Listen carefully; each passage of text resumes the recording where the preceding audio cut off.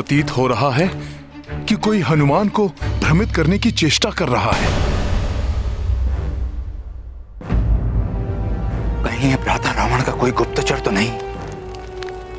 परंतु यह कैसे ज्ञात हो कि जो दृश्य पूर्व में प्रस्तुत हुआ वो भ्रम था या ये जो अब दिखाई दे रहा है? मुझे सत्य जानने का प्रयत्न करना चाहिए। यदि यहां किसी सज्जन राम भक्त का निवास है तो वो मुझे माता सीता तक अवश्य पहुंचा देंगे।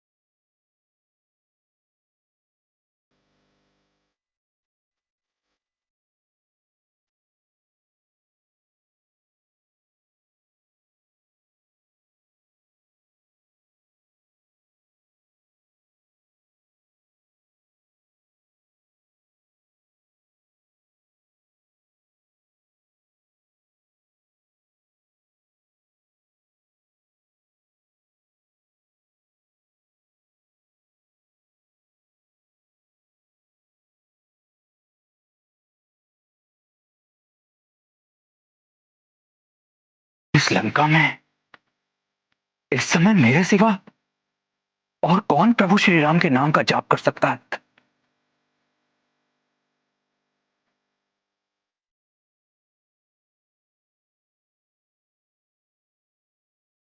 अवश्य कोई छल कर रहा है जिससे मेरी राम भक्ति प्रत्यक्ष रूप में सबके सामने आ जाए। जय श्री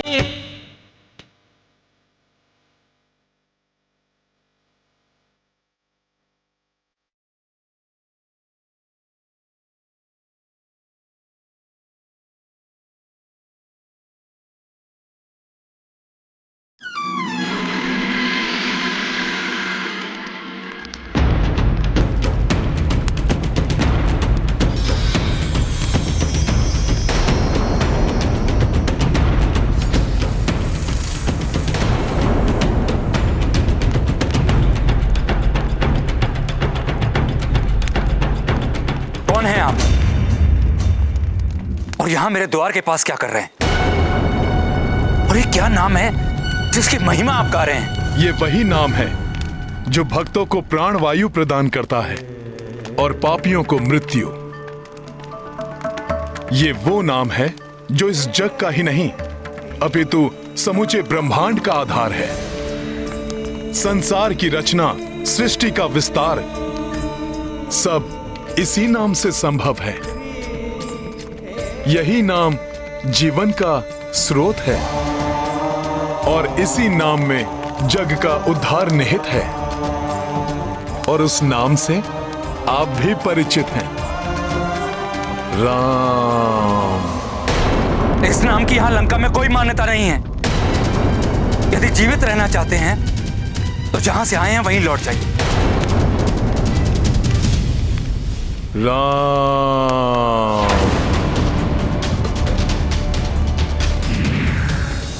राम राम राम।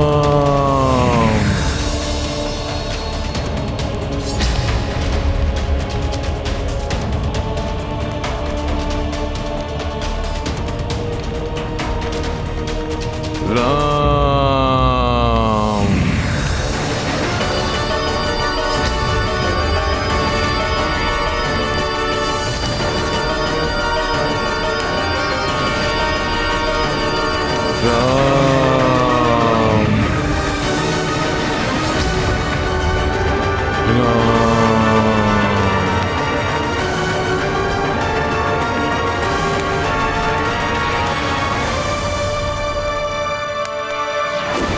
अवश्य ही ये कोई मायावी गुप्तचर है ये सब क्या है और आप मुझे इससे क्या जताना चाहते हैं? जैसे पुष्प कितना भी प्रयत्न करे परंतु उसकी सुगंध कभी नहीं छिपती, वैसे ही कोई भक्त अपनी भक्ति को कितने भी परतों से ढक ले उसे कभी नहीं छिपा सकता। प्रभु श्री राम की भक्ति न आप छिपा सकते हैं और ना ही मैं। जय श्री राम, जय श्री राम।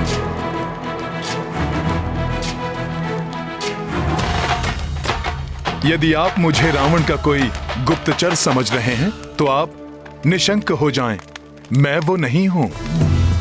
मैं तो मात्र एक राम सेवक हूं। हनुमान हनुमान हनुमान। हे राम भक्त, कृपया आप भी इस राम सेवक को अपना शुभ परिचय देने की कृपा करें।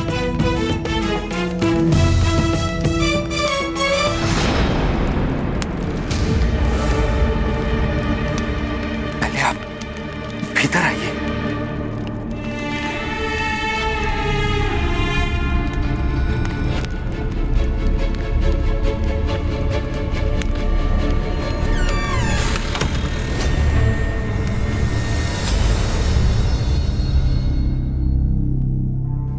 यहां लंका में राम नाम का उच्चारण करने वाले राम भक्त सुरक्षित नहीं। तो आपको विश्वास हो गया कि मैं भी प्रभु श्री राम का भक्त हूं।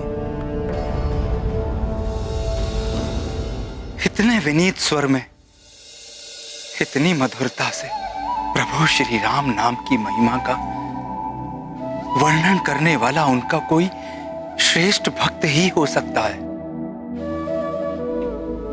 हे राम भक्त हनुमान, कृपया इस आसन पर विराजमान होइए।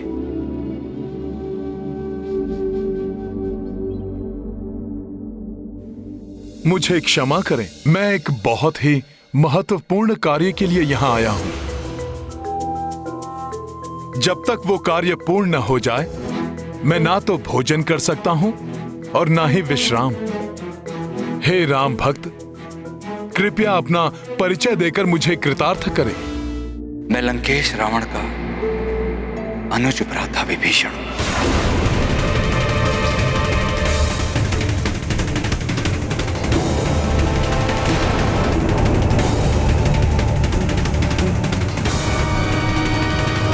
जो यहां रहते भी प्रभु की भक्ति में लीन रहता है।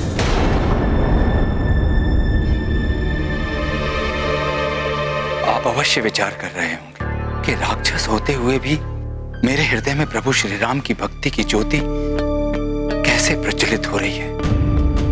आप अचंभित ना हो राम भक्त बंधु। मैंने प्रभु ब्रह्मा जी से तपस्या कर भक्ति का वरदान ही मांगा था। परम पितामह, मुझे भक्ति और श्रद्धा का ही वरदान दीजिए। और मुझे ज्ञात है कि प्रभु श्री नारायण प्रभु श्री राम के रूप में ही इस पृथ्वी पर अवतरित हुए हैं। इसीलिए मैं उन्हीं का नाम जपता रहता हूं। परंतु इन कुटिल राक्षसों के बीच एक राम भक्त कैसे रह सकता है? उचित प्रश्न बंधु। ठीक उसी प्रकार जिस प्रकार दांतों के बीच में जिह्वा रहती है, वैसे ही मैं भी इन अधर्मियों के बीच में रहता हूं और प्रभु श्री राम के नाम का स्मरण करता हूं।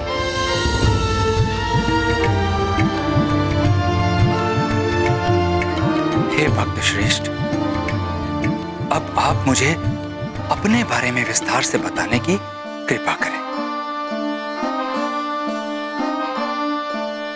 मैं भक्त श्रेष्ठ नहीं, मात्र एक क्षुद्र भक्त हूं भगवान श्री राम का।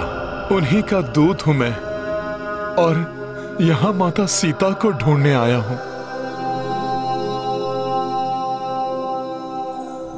प्रभु श्री राम के दूत,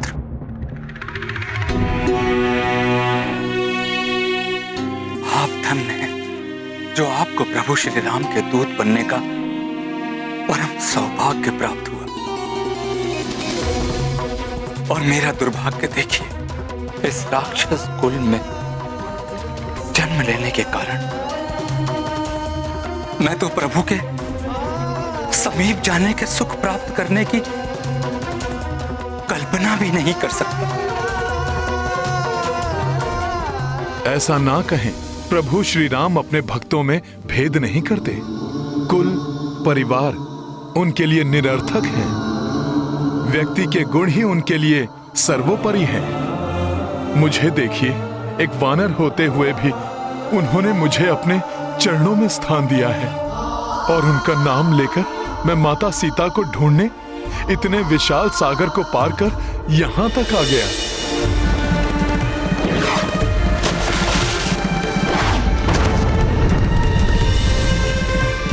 विभीषण जी, प्रभु माता सीता की विरह वेदना से त्रस्त हैं, और माता सीता भी यहाँ अत्यंत पीड़ा में होंगी। इसलिए मेरा उनको ढूंढना अति आवश्यक है विभीषण जी।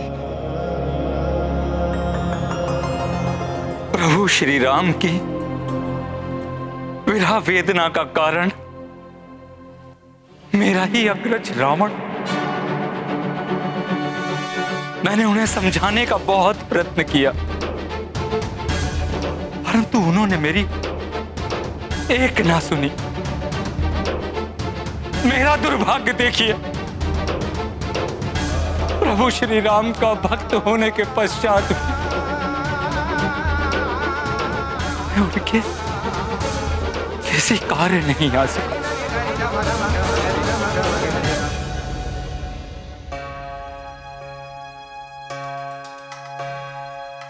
आप उदास मत होइए। मुझे विश्वास है आप जो कुछ भी करने में सक्षम थे, आपने अवश्य किया होगा।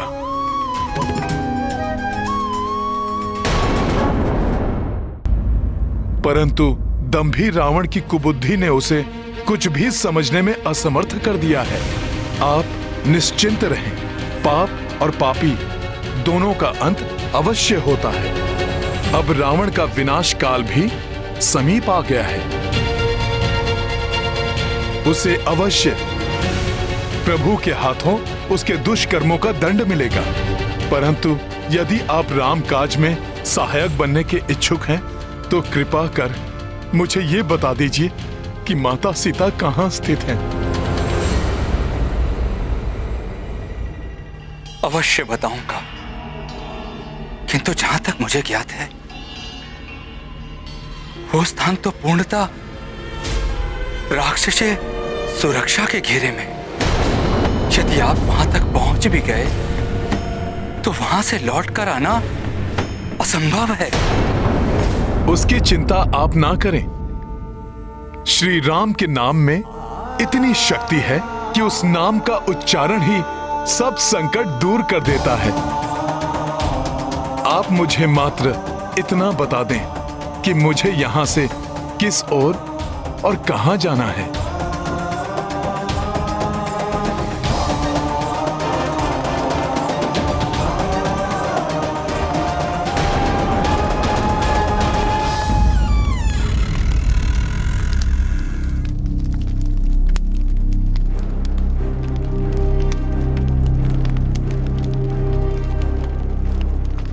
आप इस दिशा की ओर जाइए। कुछ दूरी पर सभी प्रकार के वृक्षों से परिपूर्ण एक वाटिका आएगी। वो अशोक वाटिका है। वहीं पर माता सीता उपस्थित है।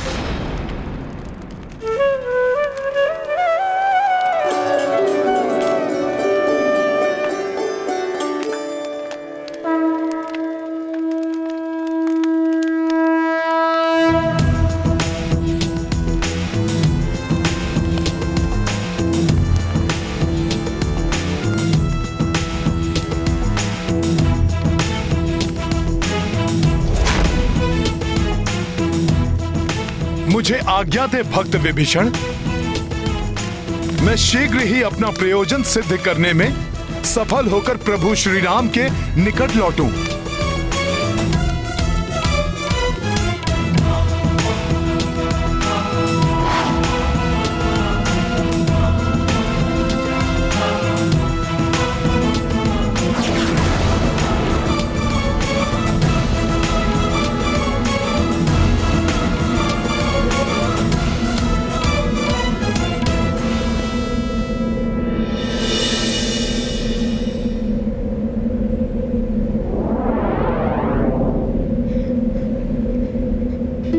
कुछ ही समय पश्चात वो क्षण आएगा जिसकी प्रतीक्षा हनुमान को थी। शीघ्र ही उसे माता सीता के दर्शन प्राप्त होंगे।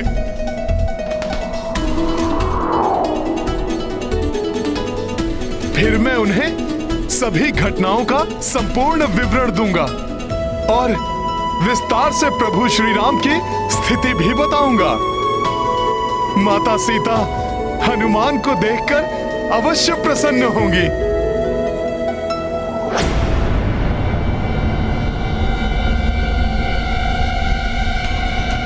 हनुमान तो उसी दिशा में बढ़ रहा है जिस दिशा में विभीषण जी ने भेजा था, परंतु अभी तक कोई वाटिका दृष्टिगोचर क्यों नहीं हो रही?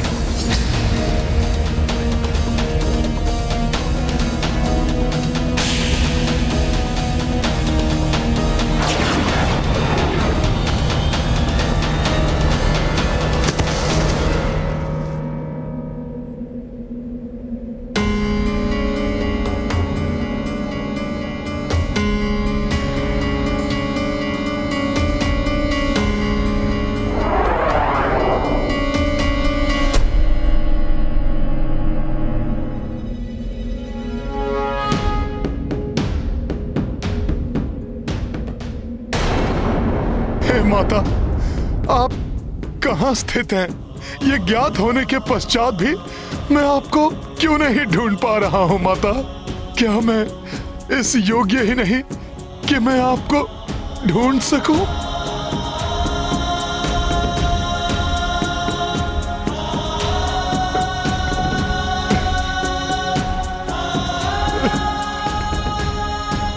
क्या अपने नेत्रों से आपके दर्शन किए बिना, आपके अपने मुख से आपका समाचार पाए बिना हनुमान को निराश हृदय से प्रभु श्री राम के पास लौटना होगा?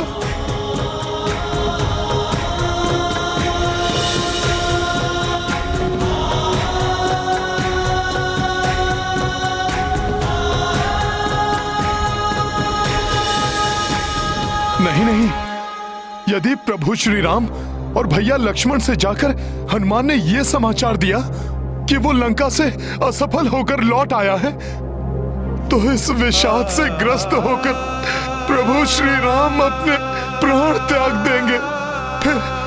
फिर पूर्ण रूप से अपने अग्रज प्रभु श्री राम के प्रति समर्पित भैया लक्ष्मण भी कैसे जीवित रह पाएंगे?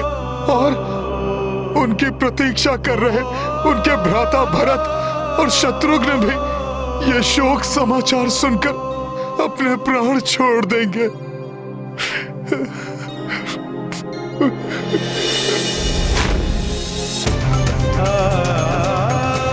मैं नहीं चाहता था कि मैं असफल होकर वापस लौटूं और सुग्रीव काका मुझे मृत्यु दंड दे दे। युवराज अंगद तो पूर्व में ही असफल होकर किष्किंधा नहीं लौटना चाहते थे। वो भी स्वतः अपने प्राणों का त्याग कर देंगे। अपना वचन पूर्ण न कर पाने से निराश होकर महाराज सुग्रीव भी अपने प्राणांत कर लेंगे। कोई भी शेष नहीं रहेगा और इस सर्वनाश का कारण होगी मेरी असफलता।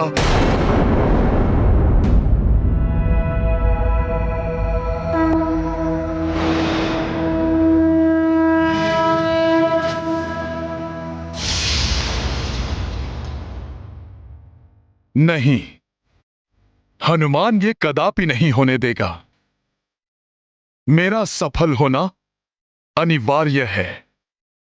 राम काज में असफलता का कोई स्थान नहीं है। राम भक्त हनुमान असफल होकर नहीं लौट सकता। मुझे प्रत्येक कठिनाई पर विजय प्राप्त कर माता सीता को ढूंढना ही होगा।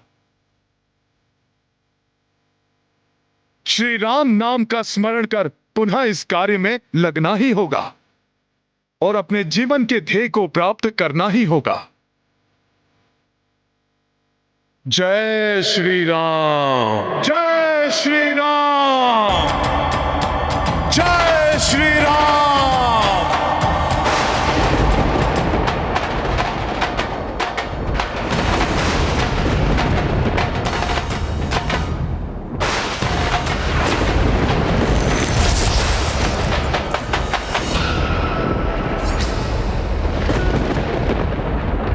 एक वाटिका जिसके चारों ओर अभेद सुरक्षा है। मुझे विश्वास है कि यह अवश्य अशोक वाटिका ही होगी, जिसका वर्णन राम भक्त विभीषण ने किया था।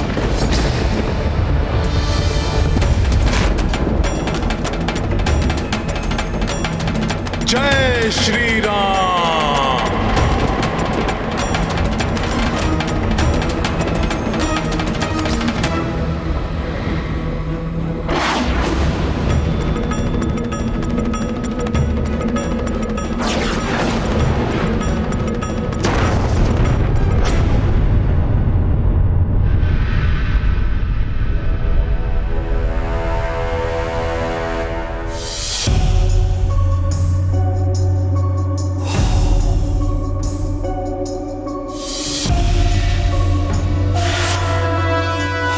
ये कैसी अद्भुत वाटिका है, जहां चारों ओर भांति भांति के वृक्ष जो फलों से परिपूर्ण हैं। अनेक प्रकार के सुंदर और सुगंधित पुष्प हैं। ऐसा अनुपम सौंदर्य तो कल्पना से भी परे है। परंतु हनुमान तो यहां पर माता सीता को ढूंढने आया है। उस ओर देखता हूं।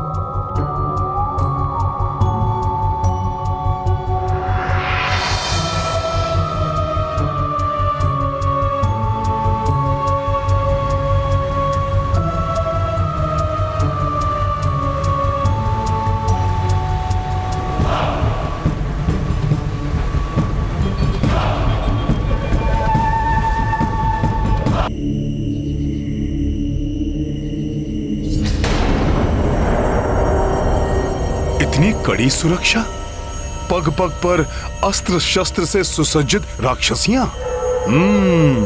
अवश्य सीता माता यहीं कहीं हैं।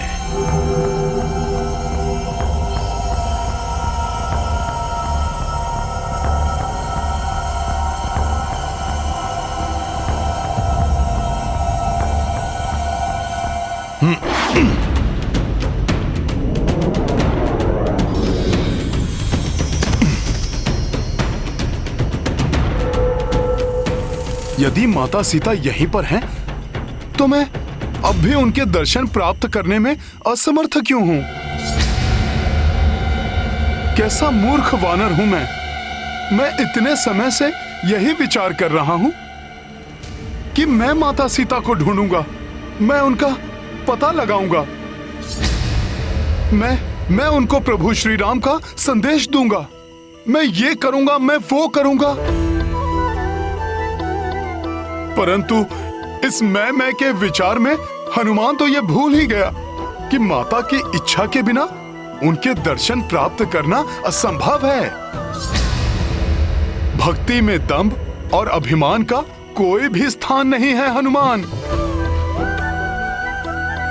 मुझे माता सीता का ध्यान कर भक्ति भाव से उनके शुभ दर्शन प्राप्त करने की प्रार्थना करनी चाहिए।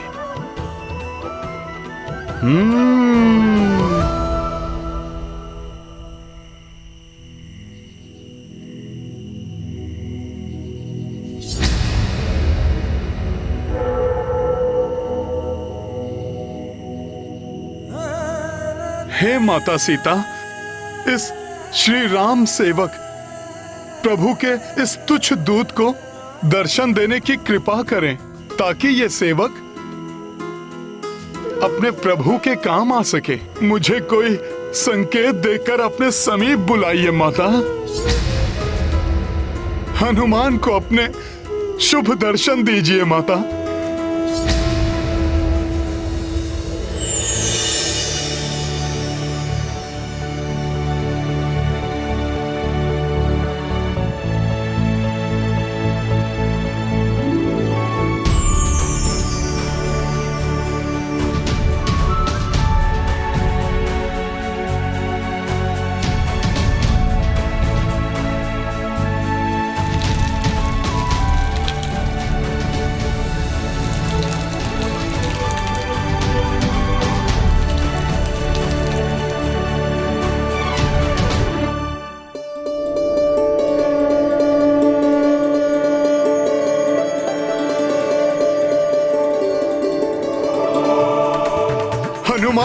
धन्य हुआ माता।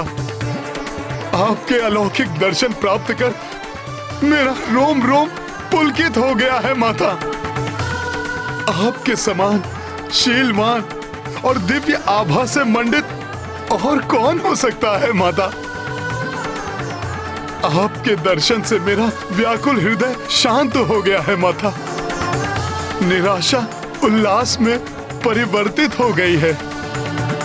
आपके दर्शन के लिए आतुर इस तुच्छ राम भक्त को दर्शन देकर आपने मुझे कृतार्थ कर दिया है माता। मेरा जन्म सफल हुआ। आपको मेरा शत शत प्रणाम।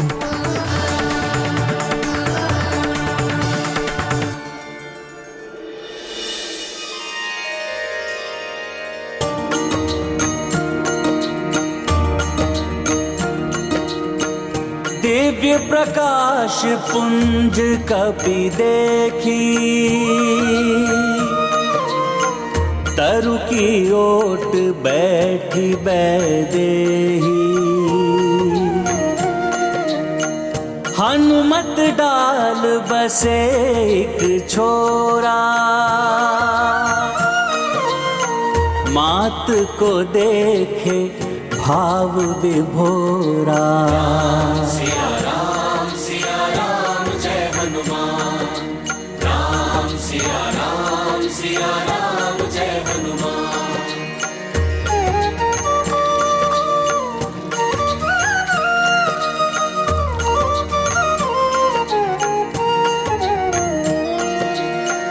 आनन छटा नयनाभिरामा,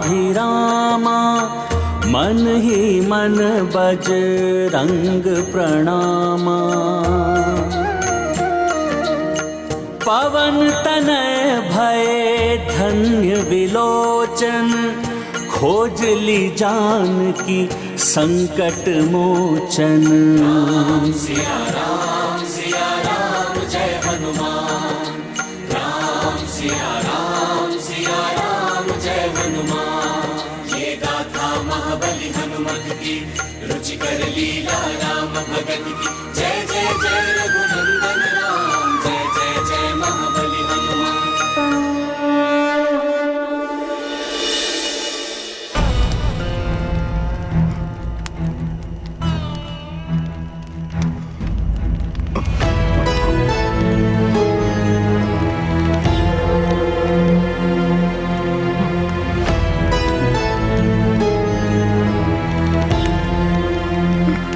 ये क्या माता इस स्थिति में?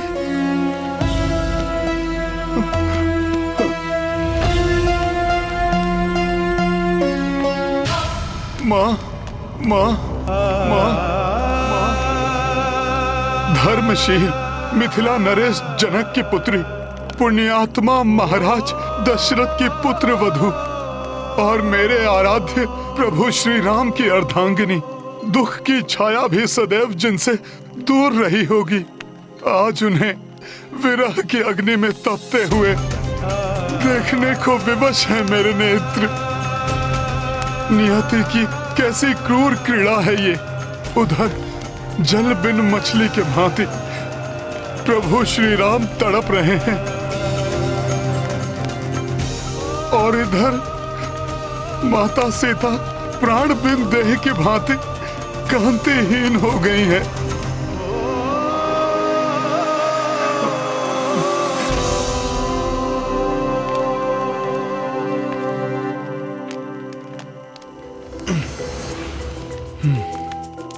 मुझे इसी क्षण माता सीता को यह बताना होगा कि उनके स्वामी प्रभु श्री राम ने हनुमान को उनके लिए संदेश देकर यहां भेजा है।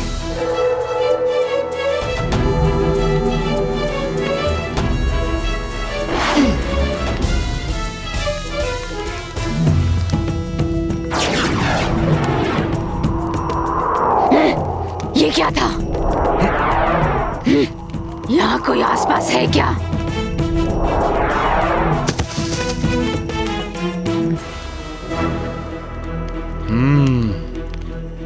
इन राक्षसियों के समक्ष माता के समक्ष जाना उचित नहीं है।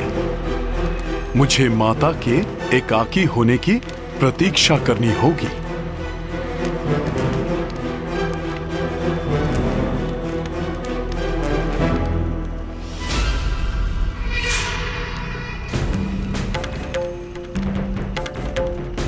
ये कौन आ रही है माता सीता के निकट?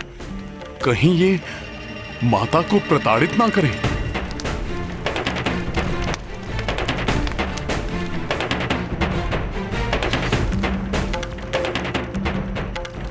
देवी सीता, मैं अनिला हूँ, दशानन लंकेश के भ्राता विभीषण की पुत्री। प्रणाम। मेरी माता को ज्ञात हुआ कि आपने भोजन आदि का त्याग किया हुआ है, अतः उन्होंने आपके लिए ये शुद्ध एवं स्वच्छ फल आदि भिजवाए हैं। कृपया करके इन्हें ग्रहण कीजिए। विभीषण जी की पुत्री अनिला कदाचित अपने पिताश्री की ही प्रतिछाया है। नहीं, मुझे कुछ नहीं खाना। ऐसा ना कहिए देवी, कुछ तो ग्रहण कीजिए। ऐसे आप कब तक उपवास करती रहेंगी? जब 10 माह से कुछ ग्रहण नहीं किया तो अब क्यों ग्रहण करूं? उनकी सहृदयता के लिए उन्हें धन्यवाद कहना। इतनी पीड़ा, एक और विरह का दुख, दूसरी ओर क्षुधा। 10 माह से भोजन का त्याग।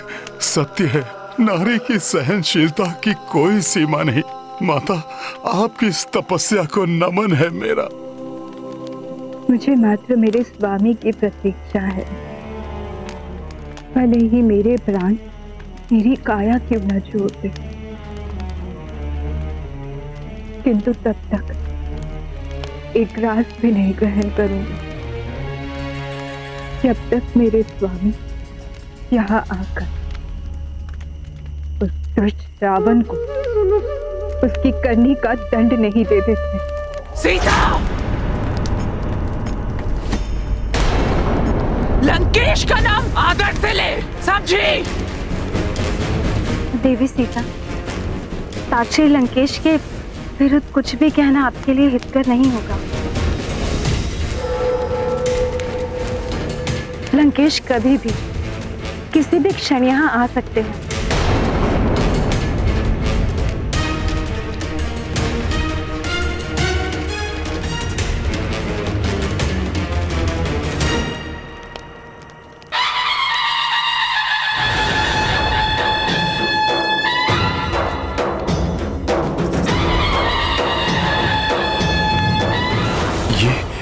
ये कैसी ध्वनियां हैं?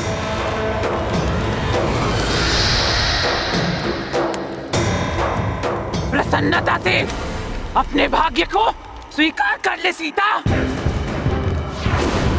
सुखी रहोगी, सुखी राज करोगी राज। तुम्हारे भाग्य का निर्णय करने आ रहे हैं स्वयं दशानन महाराज रावण।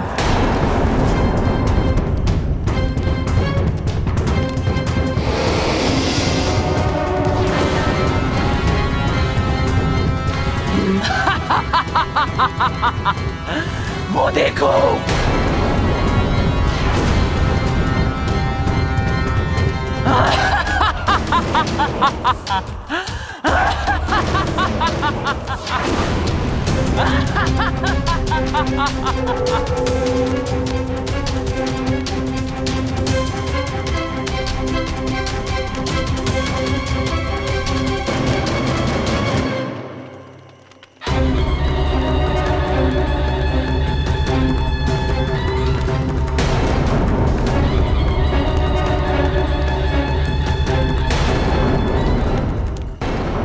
लौह पर स्वर्ण की परत चढ़ा देने से लौह स्वर्ण नहीं हो जाता।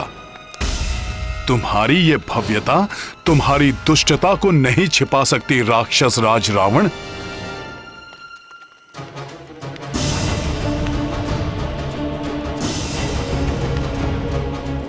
एक पतिव्रता नारी के समक्ष वैभव का प्रदर्शन, ये प्रलोभन माता सीता को नहीं डिगा पाएगा मूर्ख रावण। ओ उफ, हमसे मुंह मोड़ लिया। क्यों? यदि रावण ने माता सीता को तनिक भी क्षति पहुंचाने का प्रयास किया तो क्यों भयभीत हो रही हो मिथिला की राजकुमारी? हम तो केवल आपको रानी बनाना चाहते हैं।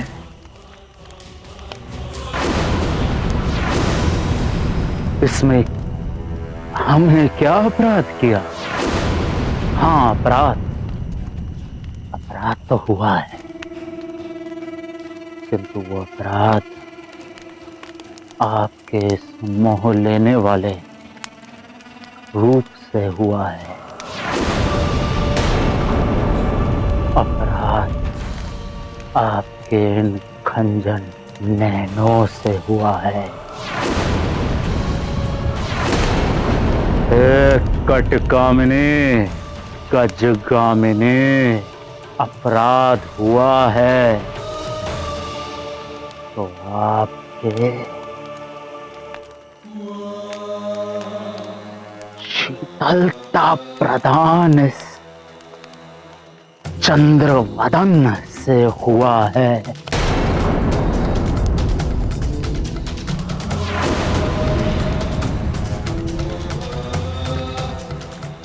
जिसके मोह पाश में बंधा हुआ मैं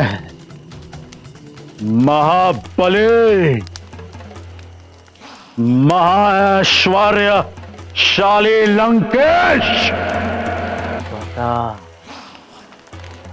खींचा चलाता हूं। अपनी मृत्यु की ओर खींचे चले आ रहे हो तुम रावण। देखो सुंदरी, मैं किस किस को लाया हूं यहाँ, केवल आपकी सेवा करने के लिए। देव कन्याएं, यक्ष गंधर्व कन्याएं, ये सब मेरी भांति आपकी दास बनने को व्याकुल हो रही हैं। यहाँ तक कि पटरानी मंदोदरी भी। यदि आप चाहें तो हम इन सब का त्याग भी कर सकते हैं। यदि आप चाहें तो बस एक बार आंख प्रेम भरी दृष्टि से एक बार तो देख लो, किस प्रतापी वेदों का क्या था।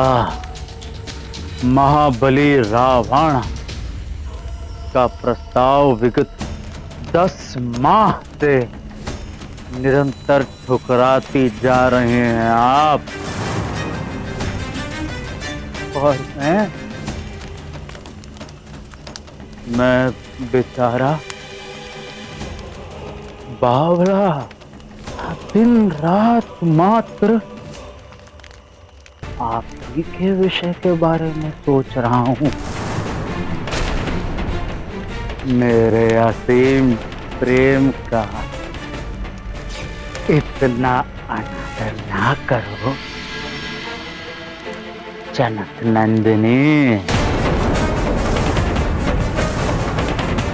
दुष्ट रावण, तुम्हारा सौभाग्य है जो मुझे प्रभु श्री राम ने अनुमति नहीं दी, अन्यथा मैं इसी क्षण तुम्हारे इस पापी मुख से तुम्हारी जिह्वा निकाल लेता। हमारी जिह्वा हर क्षण आपका ही नाम जपती रहती है। हमारे हृदय में झांक कर देखिए, इसके हर स्पंदन में एकमात्र आप ही बसी हैं। ज्ञात रहे, यह अशोक वाटिका हमें सबसे अधिक प्रिय है, किंतु फिर भी आपकी कोमल सुंदरता के योग्य नहीं। आपकी सुंदरता तो राजसी सुख एवं वैभव प्राप्ति के योग्य है। हर क्षण का आनंद उठाइए।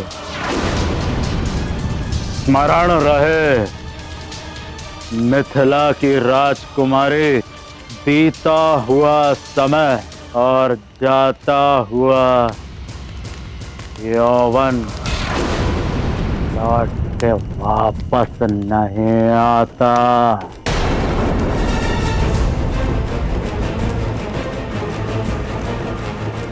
कोई ज्ञानी इतना पतित कैसे हो सकता है?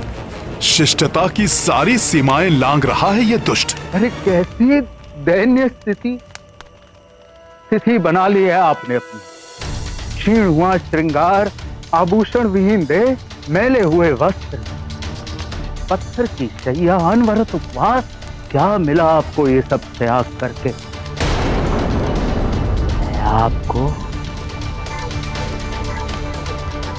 ये सब ऐश्वर्य प्राप्त करा सकता हूँ, सारे वैभव प्रदान करा सकता हूँ जो कुबेर के स्वर्ण कोश में भी नहीं होंगे। वो वस्त्र दिला सकता हूँ जो इंद्र स्वर्ग में अपनी पति शची को भी ना दे सके। समस्त सुख संसार के मैं आपके चरणों में डाल दूंगा। विचार करिए, वो वनवासी जिसके लिए आप सब त्याग करके यहाँ बैठी हो, उसने भला आपको दिया ही क्या है? हाँ, वर्षों का वनवास और ये लंबी प्रतीक्षा। बहुत हो गया रावण। यदि कुछ और कहा माता सीता या मेरे प्रभु श्री राम के बारे में तो तुम्हारे लिए उचित नहीं होगा। भूल जाओ उस असभ्य नर को। त्याग दो अपना हठ और मुक्त हो जाओ अपने दुखों से। मेरा प्रणय निवेदन स्वीकार कर लो प्रिय, और निकाल कर फेंक दो अपने हृदय से उस साधारण नर को।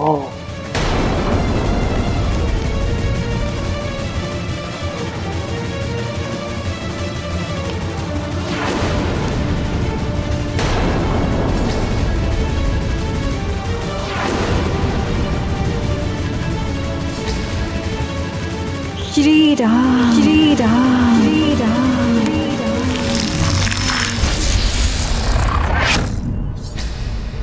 सीते, सीते, सीते।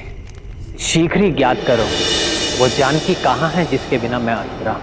और हनुमान, लंका में रावण की शक्ति और सेना का भेद पता कर मुझे बता। श्री राम, श्री राम, श्री राम, श्री राम, श्री राम।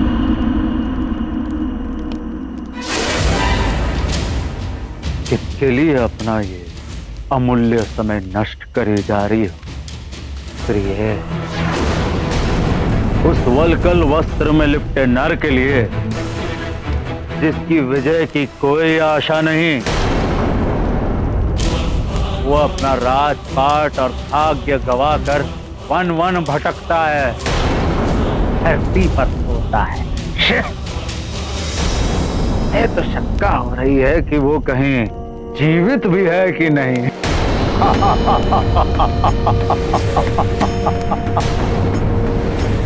वो ना धन में, ना तप में, ना बल में, ना पराक्रम में, ना तेजस्विता में, ना यश में, किसी भी चीज में हमारी समानता नहीं कर सकता।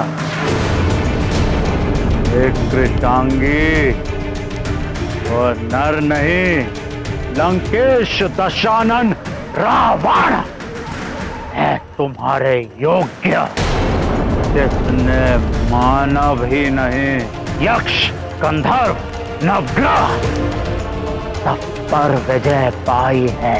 और तुम उस भिक्षुक वनवासी की प्रतीक्षा कर रही हो जो मेरे समक्ष तृण अस्त्र से भी अधिक नहीं है।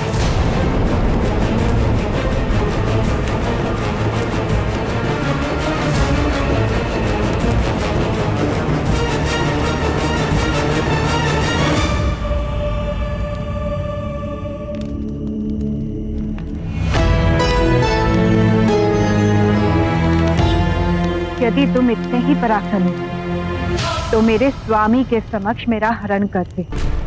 क्यों चोर होकर लिप्त होना पड़ा तुम्हें?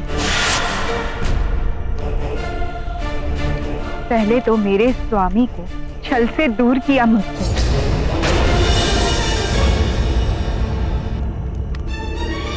फिर भ्राता लक्ष्मण को छल से दूर भेजकर उनकी अनुपस्थिति में हरण किया मेरा।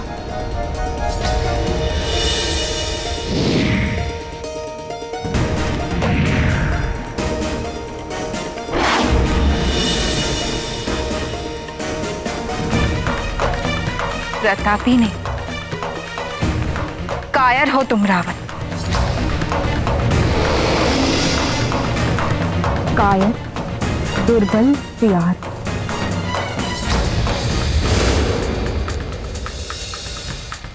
जो मेरे स्वामी पुरुष सिंह श्री राम और साक्षात नरबाग भ्राता लक्ष्मण का सामना कदापि नहीं कर सकता।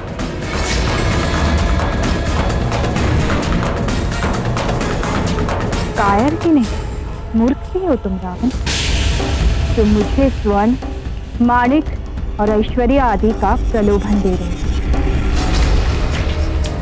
रावण, अपना चित्त मुझसे हटाकर अपनी पत्नियों पर केंद्रित कर, क्योंकि एक पर स्त्री पर कुदृष्टि रखने वाला तुम जैसा कुत्सित और निकृष्ट व्यक्ति सबकी घृणा का पात्र तो बनता ही, स्वयं के पतन का कारण भी बनता है। क्या इस बात की शिक्षा तुम्हें किसी ने नहीं दी? स्वयं को वेदों का ज्ञाता कहते हो तो क्या मात्र कंठस्थ किया तुमने वेदों को? उनका मर्म नहीं जाना? क्या तुम्हारे गुरु और तुम्हारे माता पिता ने यह नहीं सिखाया कि एक पराई स्त्री पर कुदृष्टि डालना महापाप है?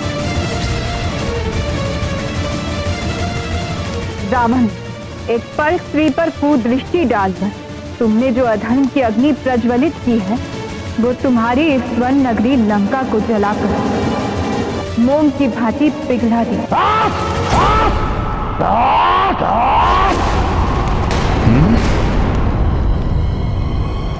बंद कर अपना ये प्रवचन। कोई अधर्म नहीं किया है हमने। ये राक्षस संस्कृति है। छल से या बल से किसी की भी पत्नी का हरण कर सकते हैं हम राक्षस। यद्यपि बल का प्रयोग करके हम चाहते तो तुम्हें विवश भी कर सकते थे, किंतु लंका में लाने के पश्चात हमने तुम्हें स्पर्श भी नहीं किया। क्यों? क्योंकि हम चाहते थे कि तुम स्वयं अपने मन से हमें स्वीकार करो, किंतु अब मेरा धैर्य समाप्त होता जा रहा है और तुम्हारा समय। हाँ, समय समाप्त होता जा रहा है तुम्हारा।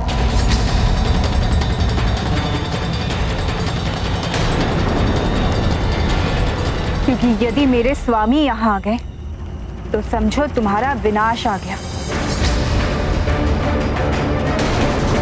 इसलिए अभी जो समय तुम्हारे पास बचा हुआ है रावण, उसका सदुपयोग करो। शुद्ध हृदय होकर मुझे मेरे स्वामी को लौटा दो। उनके चरणों में गिरकर क्षमा मांगो।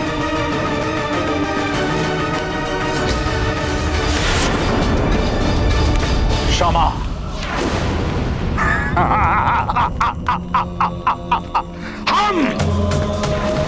हम मांगेंगे क्षमा एक साधारण मानव से? क्षमा हमारे शब्दकोश में ही नहीं है, क्योंकि रावण है हम। तो तुम यूं समझ लो रावण, मेरे हरण का दंड तुम्हारा मरण, तुम्हारा मरण, तुम्हारा मरण।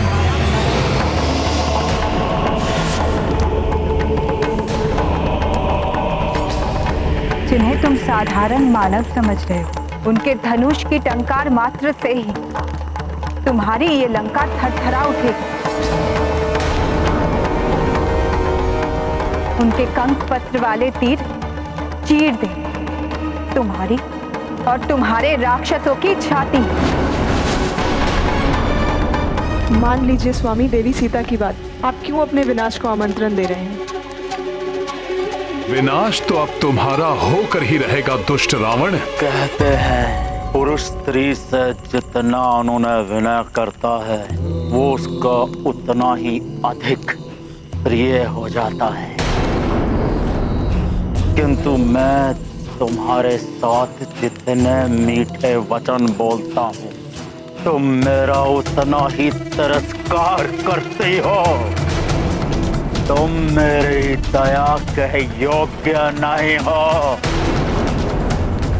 आज अभी मैं तुम्हें बलपूर्वक अपना बनाऊंगा।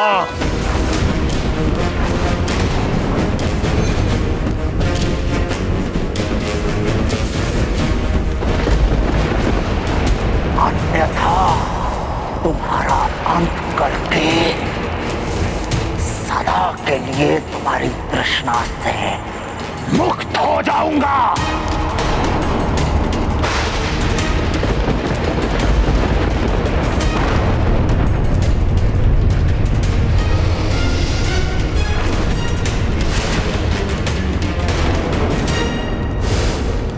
रावण यदि अब सीता माता को स्पर्श भी किया तो इसी क्षण तुम्हारा अंत कर देगा हनुमान।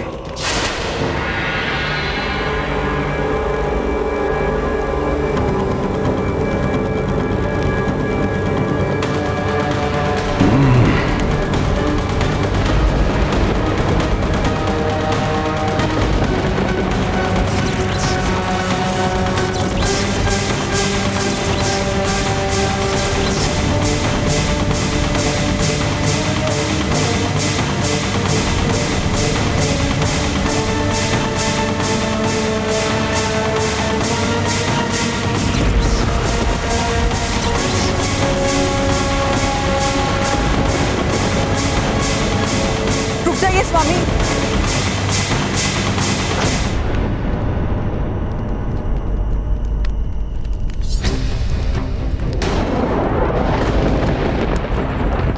आप क्यों अपनी मृत्यु को आमंत्रण देना चाहते हैं?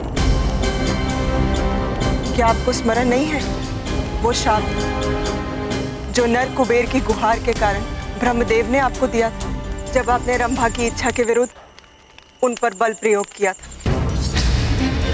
मैं तुम्हें श्राप देता हूं कि आज के पश्चात यदि तुमने किसी भी स्त्री की इच्छा के विरुद्ध उस पर बल प्रयोग किया या उसका प्रयास भी किया, तुम्हारा शीश 7 भागों में खंडित हो जाएगा। तुम्हारी ये वासना ही एक दिन तुम्हारे विनाश का कारण बनेगी।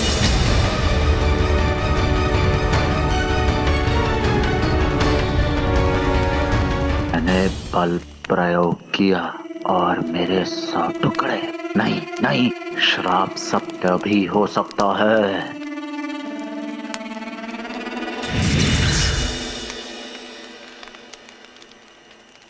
एक नारी का वध आप जैसे महाबली को बिल्कुल शोभा नहीं देता। यदि देवी सीता अपनी इच्छा से आपको स्वीकार नहीं करना चाहती तो आप इन्हें पूर्ण सम्मान के साथ इनके पति के पास वापस भेज दें। इनके यहाँ रहने का अर्थ होगा एक बहुत बड़ी विपदा को आमंत्रण देना। विपदा आएगी किंतु मुझ पर नहीं, इस पर। सीता, तुम्हें जो अवधि मैंने दी थी उसमें 2 माह और शेष। 2 माह और मैं तुम्हारी प्रतीक्षा करूंगा। तत्पश्चात भी यदि तुम मेरी शैया में नहीं आए, मेरे कलेवा के लिए तुम्हारे टुकड़े कर देंगे। अनुचर्यों, साम दाम दंड भेद कोई भी नीति अपनाओ, किंतु इस मिथिला की राजकुमारी को इतना विवश कर दो कि ये स्वयं ही हमें अपनाने के लिए तत्पर हो जाए। दुष्ट मरण रहे। इस कार्य में असफलता का अर्थ है इसके साथ ही तुम सबकी मृत्यु भी। जी लंकेश।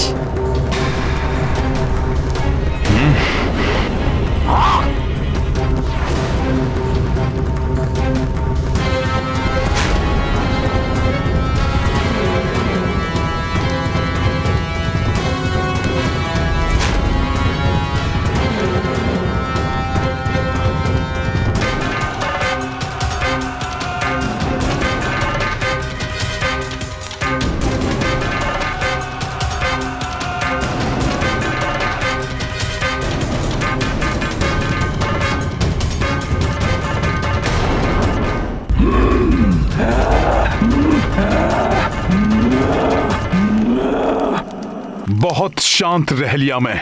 यदि अब इन राक्षसियों ने सीता माता को कष्ट दिया तो इनका यही अंत कर दूंगा मैं।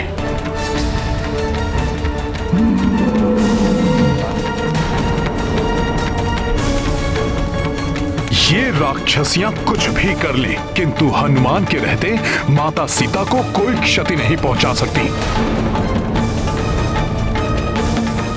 भयभीत करना चाहते हैं ये माता सीता को। मैथिली, लंकेश का अपमान करके तूने अच्छा नहीं किया। इसका दंड तो तुझे निश्चित ही मिलेगा। लंकेश हमारे भगवान है, हम उनका अपमान सहन नहीं करेंगे। तुम्हारी भलाई इसी में है कि भूल जाओ उस भिक्षुकपति को, स्वीकार कर लो महाराज रावण को, अन्यथा हम लोग खा जाएंगे तुम्हें। भोजन बनाओगी राक्षसियों? जिस क्षण तुमने माता सीता को स्पर्श किया वही क्षण तुम लोगों के जीवन का अंतिम क्षण होगा। ये तुम्हारे जीवन का अंतिम क्षण है, स्वीकार कर लो हमारे भगवान लंकेश को। अनुचित है ये सब, किंतु मैं महाराज के आदेश के विरुद्ध कुछ कर भी तो नहीं सकती। हनुमान की सहन शक्ति की सीमाएं लांघ रही हैं ये राक्षसियां। अरे मूर्ख, जिस नर की तुम प्रतीक्षा कर रही हो वो तो तुम्हें कब का बुला चुका, नहीं तो आ नहीं गया होता अब तक। स्वीकार कर लो लंकेश को, भूल जाओ इस वनवासी को, अन्यथा हम सभी तुम्हें खा जाएंगे। प्रभु श्री राम की आज्ञा का पालन करना है, इसलिए अभी इनके बीच जाना उचित नहीं होगा, किंतु माता सीता को प्रताड़ित होते हुए भी नहीं देख सकता। कुछ तो करना होगा। भूल जाओ इस वनवासी को, अन्यथा हम तुम्हें खा जाएंगी। स्वीकार करो लंकेश को, भूल जाओ इस वनवासी को। कुछ तो करना होगा।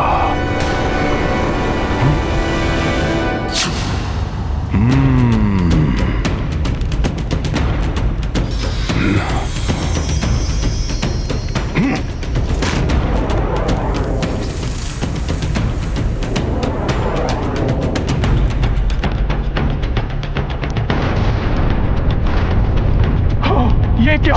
ये विस्फोट कैसा?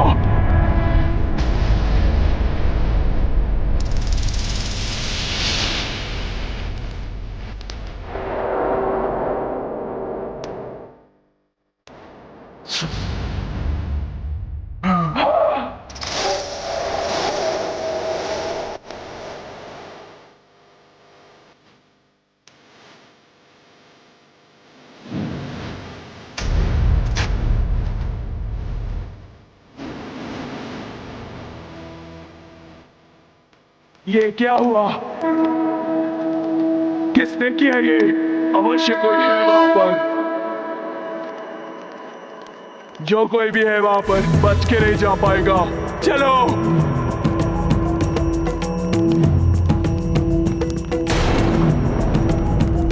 जय श्री राम। आपकी कृपा से हनुमान की युक्ति।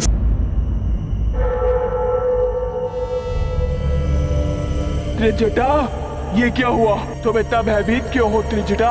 बताओ किसने किया ये सब? बोलो त्रिजटा, ये सुदृढ़ मूर्ति किसने ध्वस्त की है? ध्वस्त हो जाएगा सब कुछ, ध्वस्त हो जाएगी ये लंका। मूर्ति की ही भांति विनाश हो जाएगा सारे राक्षस कुल का।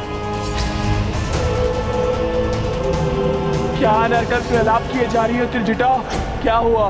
कैसे हुआ ये? मूर्ति के ध्वस्त होने के बारे में तो मुझे कुछ ज्ञात नहीं है, किंतु अभी अभी मैंने एक स्वप्न देखा है, बहुत भयानक स्वप्न। लंका का विध्वंस, समस्त लंका वासियों का विनाश देखा है मैंने। स्वप्न? स्वप्न तो मात्र स्वप्न है, परंतु उसके लिए मूर्ति कैसे ध्वस्त हुई है? बोलो। मेरी मानो तो ये विनाश का आरंभ है। लंकेश सीता के रूप में सारी लंका के लिए विनाश एवं स्वयं के लिए मृत्यु लेकर आए हैं यहाँ। यही भय तो मुझे भी सता रहा है। देवी सीता पतिव्रता स्त्री है, हर एक पतिव्रता स्त्री साक्षात शक्ति का रूप होती है।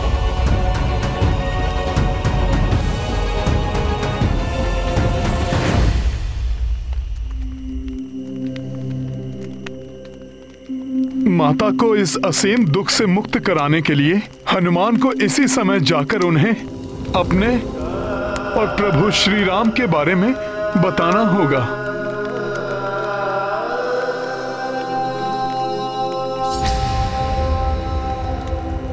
नहीं,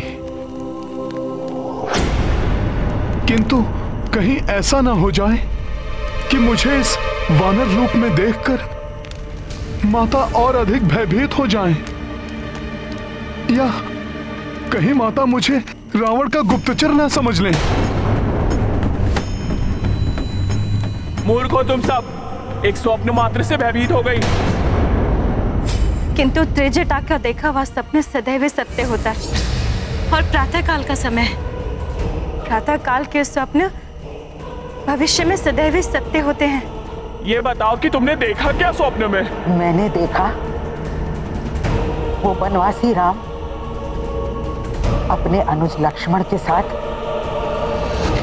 गजराज पर आरूढ़ होकर आए और सीता को लेके लंकेश के पुष्पक विमान में उत्तर दिशा की ओर ले गए, और देखा घने रक्तिम मेघों में एक रथ जिसमें गर्दभ जुटे हुए थे, जो काले वस्त्र और लाल पुष्पहार पहने हुए मृत्यु की देवी का रथ है, और शीश मुड़ाए हुए लंकेश उस पर आरूढ़ हैं, जिन्हें मृत्यु की देवी दक्षिण दिशा की ओर खींच कर लिए जा रही है। और लंकेश के पीछे महाराज कुंभकर्ण, मेघनाथ और अक्ष कुमार बंधे हुए खींचे चले जा रहे हैं।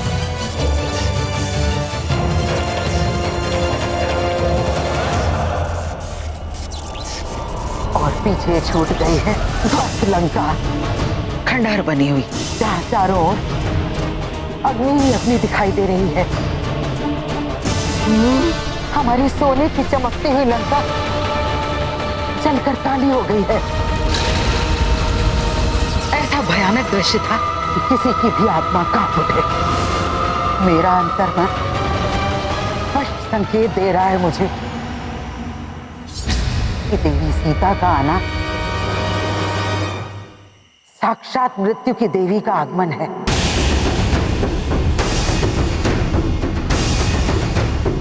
श्री राम की विजय और लंकेश रावण का विनाश निकट ही दिखाई दे रहा है मुझे। और हाँ, मैंने उसे भी देखा जो श्री राम का मुख्य सहायक है, राम का दूत है वो, एक महाबली वानर। वही हमारी स्वर्ण नगरी लंका को घास फूस की भांति अग्नि की ज्वाला में भस्म कर देगा।